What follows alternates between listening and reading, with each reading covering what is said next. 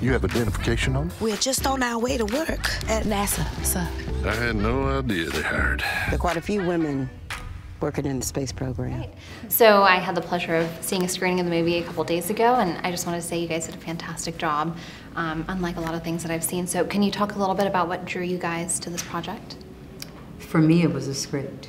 When I read the script, I had a strong, visceral reaction, and I thought the story was fiction. I had no idea that these women were directly responsible for getting our first astronauts into space. You know, I started to see true American heroes, them defying all odds and going through so many obstacles from being women during that era, having to deal with sexism, and then also dealing with the racial issues, the racial discrimination in the 60s. For them to achieve something like that and no one, including myself, not know about it was an issue for me. So I took a personal responsibility. I dropped everything I was doing and I said I have to help celebrate these women who have gone uncelebrated for far too long. How about you, Pharrell? Same here. It was just an amazing story, you know. 3 African-American women who were the protagonists of the story. Space, NASA, what I was obsessed with when I was a child. And also it happened in Hampton Roads, where I'm from. So there were just too many things for us to not be involved. Right, right. Yeah, I know my brother's actually an engineer at NASA, and he didn't even know this story when I was telling him that I had the opportunity to do this. So, yeah. Well, tell your brother I played Mary Jackson, the first African-American woman engineer at NASA. We go from being our father's daughters to our husband's wives to our baby's mothers. You've been gone for 300 hours. Was Mama gone for 12.5 days? No, but it felt like it. It felt like it to me, too. Janelle, this is one of your first big screen debuts. You know, Moonlight came out earlier this year, and congratulations on the success of that. Thank you so much. So what drew you to acting? Was this something that was always in the cards for you? Yeah, a lot of people don't know it, but I studied acting. I went to the American Musical and Dramatics Academy in New York City, fresh out of high school. And throughout high school, middle school, I've always been a theater kid, international thespian. I used to write at the Coterie Theater in Kansas City, short stories, and if your stuff was good enough, then the local actors would perform it. So I've always loved storytelling. You know, I've never looked at myself as just an actor or a singer, but a storyteller. And I want to continue to tell untold, unique, universal stories in unforgettable ways. And Pharrell, this is your second time working with Hans Zimmer. Yes. If I'm correct on that. What's it like working with such a legendary composer, and how is it different from working on your own music when you're creating a score for a movie? Well, working with Hans, you're working with one of the best, number one. And his way and his approach to music is always, I hear it, I see it, but what does it do? You know, and I think that line of thinking is just good for anybody with any line of art or any kind of business. You should ask yourself those questions because the answer is one that won't let you down if you get it right, if it's the right answer. But I worked with Hans Zimmer and Ben Wallfish on it, and they, you know, they just brought something to the table that I don't think that I could have, you know, just because their points of view is just so different. So the trio that we formed to do the score was just, it's been a lot of fun. It was a fantastic soundtrack. It really moved the movie forward with the music. Incredible. So, incredible, absolutely. You're a computer at NASA. They let women handle that sort of... Yes, it's an uphill battle. Yes, they let women do some things at NASA, Mr. Johnson. And it's not because we wear skirts. It's because we wear glasses.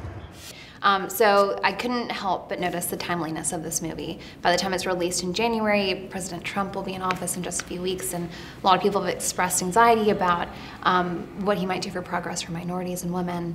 How do you think, given that context, the movie will be received? I think this movie will be the light that we all so desperately need, honestly. I think what we saw was something that a lot of us who want to move this country forward, we were not expecting to happen. I'm proud of the campaign that I'm proud of the campaign that Secretary. It's so hard because in my mind, she's just always been so presidential. Sorry. I'm proud of that, and I think for women, we are absolutely still going to continue to remain in control of our bodies, of our rights.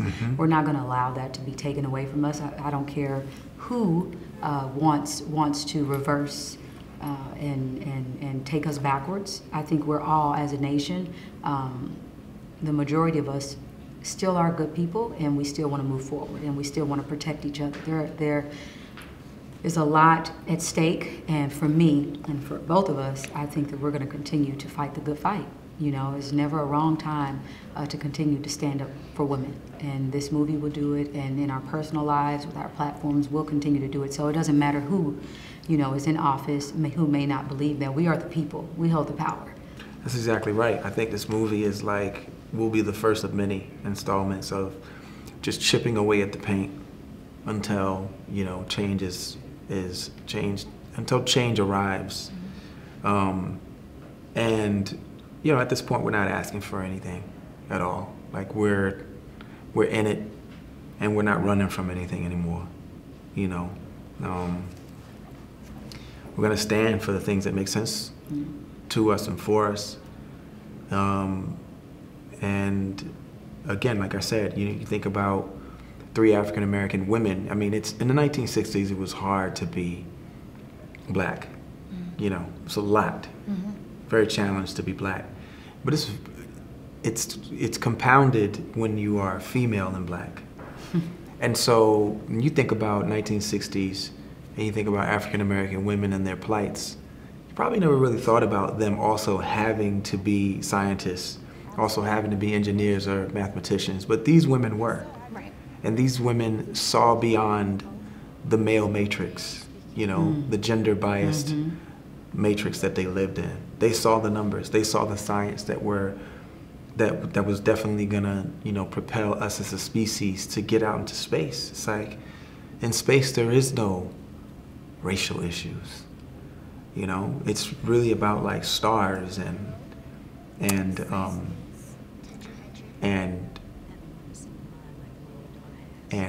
location and destination and goals. And these women were like very instrumental. So like for us, it's like, this is like a really good, like I said, it's a good installment toward that change. Right, It's moving in the right direction, and I think that a lot of young girls will have new superheroes. You know, these are true American heroes. They contributed to this country in a way that most people have not.